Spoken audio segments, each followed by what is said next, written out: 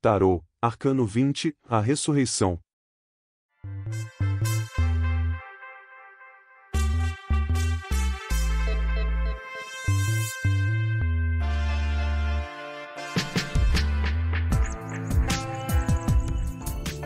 Tarô, Arcano 20, a ressurreição. A ressurreição dos mortos. Mudanças favoráveis, aproveite-as, acabar com as debilidades. A ressurreição. Mudanças favoráveis. Aproveite-as. Letra, hash. Acabar com as debilidades. PE, iluminação interior. PM, revelação da genialidade. PF, harmônica correspondência entre o moral e o material. ET, flor na macieira, fruto na vinha, semeado em madureza. AA, lua. EG, velhas aspirações postergadas se concretam, desperte a realidade, preguiça não ajuda a ressurgir. D, eleições harmônicas, iniciativas afortunadas, compensações, amigos fiéis. R, ganhos que se postergam, amigos traidores que socavam o êxito. Reis. Letra hebraica, hash. Axioma transcendente, flor na macieira, fruto na vinha, semeado em madureza. Quando fazemos um pedido, muitas vezes os anjos dão-nos a resposta mostrando-nos o relógio. O discípulo deve fixar-se na hora indicada pelo relógio. Esse é o relógio do destino, na hora está a resposta. Na alegoria esotérica sempre nos é respondido com um relógio. Temos de aprender a entender esse relógio. Horário, 11ª. Hora de Apolônio. Elemento de predição, promete eleição harmoniosa, iniciativas afortunadas, trabalhos, ganhos, compensações por bem e por mal, amigos fiéis que anulam a ação de amigos traidores, ciúmes pelo bom que se desfruta, aflições devido à perda. Arcano 1:20, mudanças. Ressurreição. O despertar dos mortos. 11ª hora de Apolônio. Os anjos, os querubins e os serafins vão produzindo sons com as asas. Há regozijo no céu, desperta a terra e o sol surge de Adão. Esse processo pertence às grandes iniciações maiores onde só reina o terror da lei. O Arcano 20 é a ressurreição dos mortos. Verdadeiramente a ressurreição da alma só é possível por meio da iniciação cósmica. Os seres humanos estão mortos e somente podem ressuscitar por meio da iniciação. 20. A ressurreição. Mudanças favoráveis. Aproveite-as.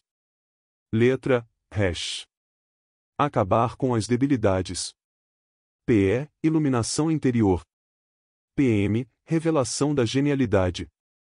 PF, harmônica correspondência entre o moral e o material. ET, flor na macieira, fruto na vinha, semeado em madureza. AA, lua. EG, velhas aspirações postergadas se concretam, desperte a realidade, preguiça não ajuda a ressurgir. D, eleições harmônicas, iniciativas afortunadas, compensações, amigos fiéis. R, ganhos que se postergam, amigos traidores que socavam o êxito. Descrição da lâmina. Nas águas da vida está uma coluna, símbolo de edificação, a base da coluna é a pedra cúbica. Das duas colunas, a branca e a negra, somente ficou a branca, símbolo de purificação. No meio está uma múmia, e dela escapa-se um gavião com cabeça humana, voando para os mundos do espírito, o qual representa a alma. É indubitável que ao despertar a consciência nos transformamos em gaviões com cabeça humana podendo voar livremente pelo espaço estrelado. Sobre a cabeça do gavião e da múmia está um símbolo representativo da glândula pineal, indício de iluminação. A alma de qualquer hierofante egípcio tem 4 corpos. Primeiro, a múmia. Segundo, o Ka, corpo astral. Terceiro, o Ba, corpo mental. Quarta, o Ku, corpo causal. Ai daqueles que depois de terem chegado ao segundo nascimento continuam vivos. Esses converter-se-ão de fato em Anasmussens, abortos da Mãe Divina Kundalini, com um duplo centro de gravidade. Interpretação. No capítulo anterior vimos como a inspiração é um dom divino que nos conduz à realização de nossa obra, quando um homem e uma mulher se propõem realizá-la.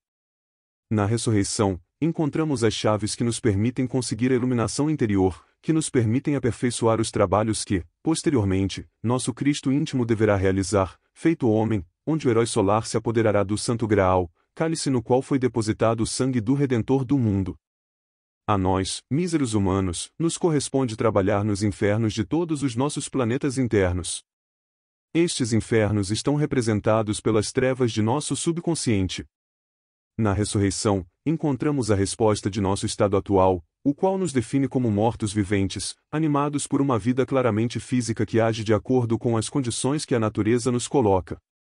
Na ressurreição devemos trabalhar limpando nosso cálice de todas as imundícies mentais para, posteriormente, irmos enchendo com o vinho sagrado da transubstanciação. Neste arcano devemos integrar-nos com nossa divina Mãe Kundalini e cumprir seu 8º mandamento, que haja paz. Não pode haver nenhum segundo nascimento ou ressurreição onde não existe a paz. A paz é a expressão da fragrância interior do espírito. O homem ou a mulher que não tem a paz, indiscutivelmente, vive nas trevas e, portanto, submetido às circunstâncias. Não pode haver amor onde não há paz, nem pode haver paz onde não há amor, só através das limpezas e purificações que realizemos em todo o percurso de nosso caminho, fazemos com que as circunstâncias estejam propícias para que, posteriormente, nosso Cristo íntimo, feito homem e super-homem, consiga ter em suas mãos o graal da liberação final. Significado esotérico. O arcano 20 é a ressurreição. Para que haja ressurreição é preciso que previamente haja morte, sem ela não há ressurreição. Quão belo é morrer de momento a momento! Só com a morte advém o novo. Precisamos de morrer de momento a momento se de fato queremos individualizar-nos. O eu pluralizado exclui toda e qualquer individualidade. De nenhuma maneira pode haver individualidade onde coexistam múltiplas entidades, eus, que lutam entre si e que originam em nós múltiplas contradições psicológicas. Quando o Set, o ego, morre de forma integral, somente fica em nós isso que nos outorga a autêntica individualidade. Quando o Set se desintegra totalmente, então a consciência, a alma, liberta-se, desperta radicalmente e surge a iluminação interior. Realmente a ressurreição da alma só é possível mediante a iniciação cósmica. Os seres humanos estão mortos e só podem ressuscitar por meio da iniciação. Lembremo-nos das palavras de Jesus, o grande Kabir, em deixai os mortos enterrarem os seus mortos, Mateus 8h22. Deus não é Deus dos mortos, mas sim dos vivos, Mateus 22:23-32. Assim como existem 3 tipos básicos de energia, masculina, feminina e neutra, assim também existem 3 tipos de ressurreição. Primeiro, ressurreição espiritual. Segundo, ressurreição com o corpo de libertação. Terceiro, ressurreição com o corpo físico. Ninguém pode passar pelo segundo e terceiro tipos de ressurreição sem ter passado primeiro pela ressurreição espiritual. Primeiro, ressurreição espiritual. Esta consegue-se com a iniciação. Devemos ressuscitar espiritualmente primeiro no fogo, e logo na luz. Quer isto dizer, primeiro levantamos as 7 serpentes de fogo e logo as 7 serpentes de luz, alcançando a iniciação venusta e a ressurreição espiritual. Segundo, ressurreição com o corpo de libertação. Isto realiza-se nos mundos superiores. Este corpo organiza-se com os melhores átomos do corpo físico. É um corpo de carne que não proveio de Adão, é um corpo de beleza indescritível. Com este corpo paradisíaco os adeptos podem entrar no mundo físico e trabalhar com ele tornando-se visíveis e tangíveis à vontade. 3 graus, ressurreição com o corpo físico. Ao terceiro dia o iniciado em corpo astral vem ante o seu santo sepulcro acompanhado pelas hierarquias divinas. Então o iniciado invoca o seu corpo e este, com a ajuda das divinas hierarquias, levanta-se penetrando no hiperespaço. É assim que se consegue escapar da sepultura. Nos mundos suprassensíveis as santas mulheres tratam o corpo do iniciado com ungüentos e perfumes aromáticos. Obedecendo a ordens supremas o corpo físico penetra dentro do corpo astral pelo alto da cabeça. É deste modo que um mestre volta a ficar na posse do seu corpo físico. E este é o presente de Cupido. Depois da ressurreição, o mestre já não volta a morrer, é eterno. Com esse corpo imortal pode aparecer e desaparecer instantaneamente tornando-se visível à vontade no mundo físico. Jesus, o Cristo, é um mestre ressuscitado que teve o seu corpo físico 3 dias no seu santo sepulcro. Depois da ressurreição, Jesus apresentou-se ante os discípulos de Emaús e no caminho ceou com eles. Depois apareceu a Tomé, o incrédulo, aquele que apenas acreditou quando colocou os dedos nas feridas do sagrado corpo do grande mestre. Hermes, Cagliostro, Paracelso, Nicolas Flamel, Quetzalcoatl, Saint-Germain, Babaji, etc., conservam os seus corpos físicos há milhares ou milhões de anos sem que a morte possa atentar contra eles. Esses são mestres ressurrectos. Somente com o arcano AZF é possível elaborar o elixir da longa vida. Sem o elixir da longa vida não é possível a ressurreição. A iniciação nos arcanos. O hieroglífico deste arcano é a ressurreição dos mortos. É necessário que nos concentremos bem nisso que é a ressurreição, pois tem muitas fases, muitos aspectos. Em primeiro lugar, para que haja ressurreição é necessário que haja morte, sem ela não há ressurreição, é preciso compreender que da morte sai a vida, a morte é a coroa de todos. O caminho da vida está formado com as pegadas dos cascos do cavalo da morte. Tudo na vida está sujeito à morte, em tudo existe algo de mortalidade e imortalidade. Quero dizer-lhes que isso de mortalidade e de imortalidade é muito relativo, até mesmo Deus que é imortal, com o decorrer da vida vem a tornar-se mortal. É preciso analisar o que se entende por Deus. Deus é o exército da voz, é a grande palavra, já-se. João afirmou, no princípio era o Verbo, e o Verbo estava com Deus, e o Verbo era Deus. Deus é a voz dos Elohim, o coro dos mestres que iniciam Mahavantara, o dia cósmico, e isso é Deus. Quando chega a noite do Pralaya, noite cósmica, deixa de existir para o universo. Morrem para o universo e nascem no absoluto. Por isso pode afirmar-se que Deus também morre. Depois da noite cósmica na nova aurora do dia cósmico voltam a surgir do seio do absoluto. Concentremo-nos agora na constituição do homem. Para se ser homem no sentido mais completo da palavra precisa-se de ter ou possuir os corpos solares. Já falamos bastante sobre o sarru egípcio, que é o próprio traje de bodas da parábola que refere àquele que se sentou à mesa do Senhor sem o traje de bodas e que o mestre ordenou que fosse atirado às trevas. De modo que nós, sem o traje de bodas ou corpos solares tampouco entramos no reino dos céus. É lógico que aquele que não possui os corpos solares está vestido com os corpos lunares, os quais são frios, espectrais, diabólicos e tenebrosos. Um homem vestido com os corpos lunares, não é homem, é um animal intelectual, é um animal de tipo superior. O erro da humanidade é acreditar que já são homens, porém não o são. Lembremo-nos da história de Diógenes com a sua lanterna, procurava um homem e não o encontrou. Só um Coutumi, um mestre Moria, um Saint-Germain, etc., são homens. Aqui o que abundam são os animais intelectuais. A primeira coisa que se tem de fabricar na forja nos ciclopes é o verdadeiro corpo astral, tornando-nos imortais no mundo das 24 leis. Seguidamente precisamos de fabricar o corpo mental solar regido por 12 leis, aquele que o fabrica imortal no mundo das 12 leis. Logo de seguida tem de se fabricar o corpo da vontade consciente, tornando-nos imortais no mundo das 6 leis. Aquele que fabrica os seus corpos solares precisa de passar por várias mortes. Precisamos que em nós nasça o Adão solar, o Abel bíblico. Para tornar-nos imortais precisamos de possuir os corpos solares.